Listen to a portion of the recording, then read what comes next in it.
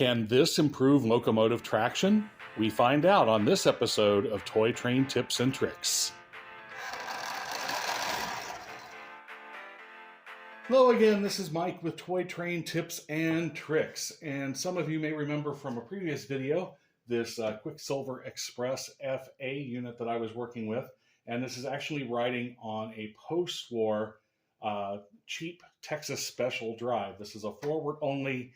It has no traction tires, no magnet traction, no frills, nothing really but a headlight. And so this is a pretty lightweight engine, and again, it has nothing to help it with traction. No magnet traction, no traction tires. It's just the locomotive and the metal wheels. And so as a result, it's not a great puller. And because it's not a great puller, we're going to try a product today that claims that it will help, and we will see. So here's our FA with a train of cars, a test train. I've got 2 operating box cars, and yes, these are heavier cars, and 3 post-war guns and a modern bay window caboose. And just to see how we're going to react as a test, and turn it on, and you will see that we're not going much of anywhere. In fact, we're going nowhere. So that is our baseline. Let's see what happens when we add this product. Okay, so we've seen that this locomotive does not pull very well on its own. So we are going to try to help it along with a product called Bullfrog Snot, a liquid traction tire that you can add yourself. I've seen it online, and I've seen it, a lot of O and N modelers use it, so let's see if it works. First, we turn our locomotive over. We've got it wired up. I've cleaned the wheels the best of my ability. To apply, we're going to turn it upside down like this, and we're actually going to apply it as the wheels spin.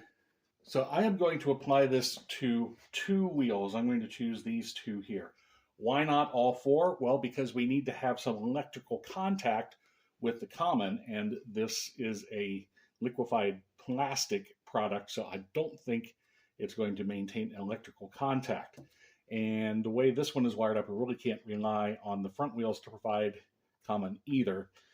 So we're really relying on these 4 wheels, that if we take more than 2 of them out, I could choose these or I could choose these. I'm going to choose these. So for application, the directions say it doesn't take a lot. And so we open up our jar, and make sure when you're done that you close this up, because it is air cure and it is kind of expensive for this little bottle. And so you don't want it drying into one hard clump. We're just going to put a little bit here on the end of our Q-tip. See what happens here. So the first thing you do is you get the wheels moving at a good pace, not too fast, not too slow. And we're just going to gently put this on and let the Q-tip do its work. Spread it out around the wheel. I'm going to go with a little bit more than that. There we go. We got it. So that wheel is nice and green, and you keep the wheel spinning so that it cures evenly, an even thickness all the way around the wheel. It clumped up a little bit at the beginning. That's probably from my Q-tip. Might work better with a toothpick, maybe a wood toothpick. Whoa! Didn't want that to happen. Okay, I'm going to retrieve the Q-tip from the wheel before it hardens. Come here, you. Okay, we don't want that to happen. Okay, let's put that back on. Actually, let's try it with the tip of the screwdriver here, see if I can get it nice and even. That appears to be working even better than the Q-tip. Just laying the tip of the screwdriver with the product on there. Get it nice and even across the face of the wheel. There we go. So now you see I have these nice green stripes on the wheels, and the instructions say to keep that going until it starts to cure a little bit. So we're going to keep our wheels spinning for several minutes, and we're going to come back and see what happens. Okay, it's been about 5 minutes and it is starting to change color a little bit. As you can see here, it's darkening up. So the amount of cure time is going to vary depending on how thick you put it on. I think I put it on a little too thick, but that's all right. We're going to keep it going.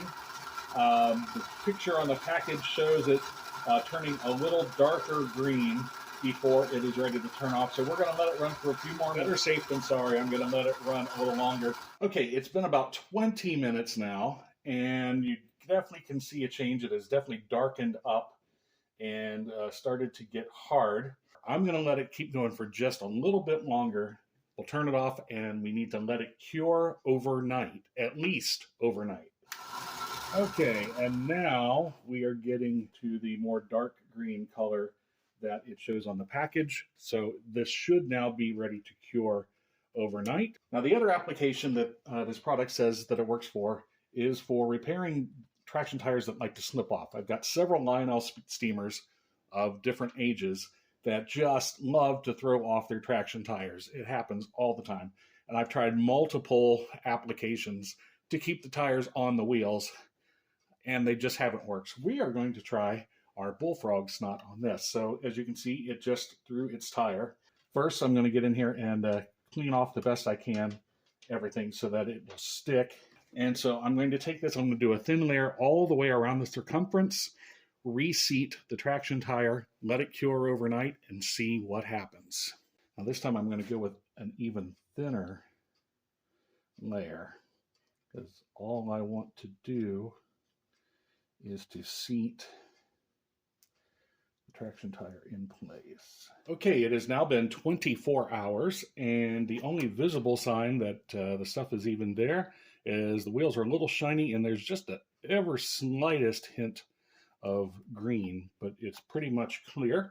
So let's put it on the layout and see what happens. All right, so we're back. Same spot on the layout, same train. Let's check the results. No difference.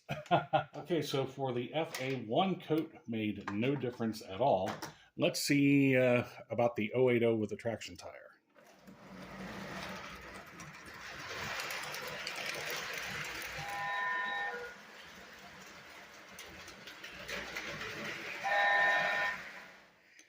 Okay, so while it was disappointing with the FA, it does seem to be holding the traction tire on just fine for the 080 here. So I'm going to take the FA, I'm going to put on a second coat and see if that makes any difference. All right, so now adding a second coat of our Bullfrog Snot to the locomotive.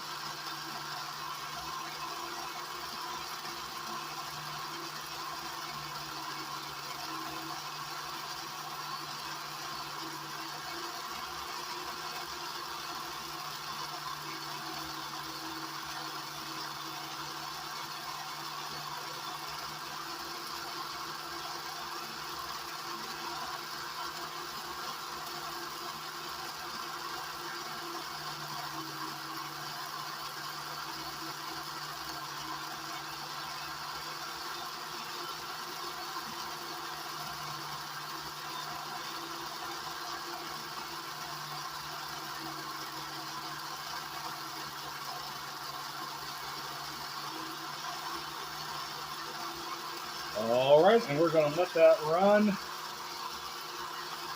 for about half an hour and let it cure, and we'll come back tomorrow and test it again. Okay, so we let that batch sit overnight, and one other change that I made after checking the electrical pickups, this truck does supply electrical common from the outside rail through the frame, so that means I added the Bullfrog Snot to all 4 of the drive wheels this time, since we can still get electrical pickup. I think that's going to make a bigger difference, having 4 wheels with the traction and not just 2. Let's take it to the layout and see.